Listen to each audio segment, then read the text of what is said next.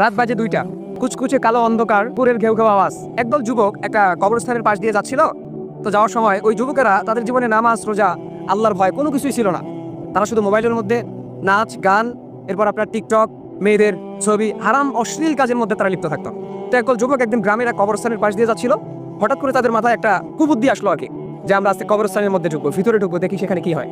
তো সবাই মিলে যখন ঢুকলো, কবরস্থানের মধ্যে কিন্তু একটু ভয়ঙ্কর লাগে আর কি, ভয় লাগে আর কি।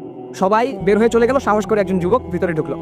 ঢুকে সে যখন কবরস্থানের ঠিক ভিতরে ঢুকে গেল, তখন কি জানো যে এই কবরের এবং এই মাটির নিচে যারা বাস করে, মাটির নিচে যাদেরকে রাখা হয়েছে, তাদের কি অবস্থা? তুমি কি এই বিষয়ে অবগত আছো? তুমি কি জানো?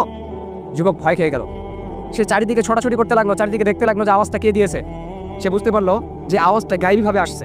সে যখন বললো যে কে আওয়াজ দিচ্ছে, হঠাৎ করে একটা কবর থেকে সে দেখতে পেলো, একটা কবর থেকে একজন লোক উঠলো, যার চেহারা নেই কিন্তু তার চক্ষুগুলো লাল বর্ণের ছিল। সে এসে বললো যে আমি সেই আত্মা, যে আত্মা আমি দুনিয়ার মধ্যে থাকতে অশ্লীল কাজের মধ্যে লিপ্ত ছিলাম, হারামের মধ্যে লিপ্ত ছিলাম, সবসময় হেডফোন কানের মধ্যে দিয়ে ঘুরতাম, গান বাজনা শুনতাম, কনসার্টের মধ্যে যেতাম, আমি নাচ গানের মধ্যে লিপ্ত থাকতাম, মেয়েদের হারাম ছবি নিয়ে পড়ে থাকতাম। আজকে আমার এই অবস্থা, আমাকে আগুনের মধ্যে পড়তে হচ্ছে। তুমি যদি এই অবস্থায় থেকে থাকো, তাহলে তুমি তোমার রবের দিকে এখনই ফিরে যাও, এখনই তুমি তওবা করো, নয়তো আমার মতো তোমাকেও আগুনের মধ্যে পড়তে হবে। তো এই যুবক এক কবরের সামনে গিয়ে অজ্ঞান হয়ে পড়ে রইল। পরের দিন গ্রামের মানুষেরা যখন সেখানে গেল, তারা দেখতে পেল যে যুবক এক কবরস্থানের এক কবরের উপরে অজ্ঞান হয়ে পড়ে আছে। তার জ্ঞান ফেরানো হলো। জ্ঞান ফিরেই সে শুধু বলতে লাগলো, আমি রবের দরবারে তওবা করতেছি, আর জীবনও আমি হারাম কাজের মধ্যে লিপ্ত থাকবো না, অশ্লীল কাজের মধ্যে লিপ্ত থাকবো না।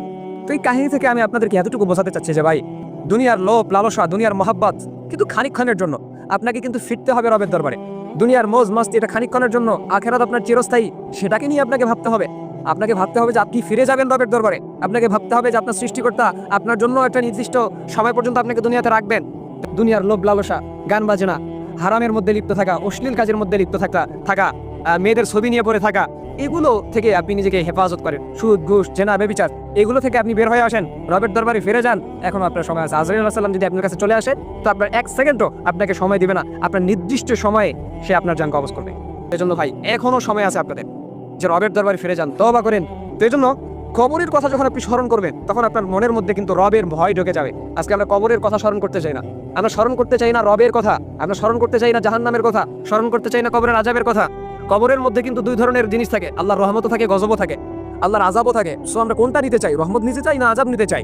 যদি আমাদেরকে রহমত নিতেই হয়, তাহলে রবকে খুশি করার লক্ষ্যে দুনিয়ার মধ্যে আমাদেরকে কাজ করতে হবে। রবকে খুশি করার লক্ষ্যে দুনিয়াতে কাজ করতে হবে, রবের হুকুম আহকাম মানতে হবে, নবীর সুন্নাহগুলো মানতে হবে।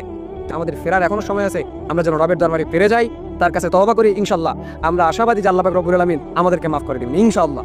তো এই জন্য সবার প্রতি শুধু এতটুকু অনুরোধ যে এখনো সময় আছে, আমরা রবের দরবারে ফিরে যাই, গান বাজনা এবং অশ্লীল কাজ থেকে আমরা যেন হেফাজত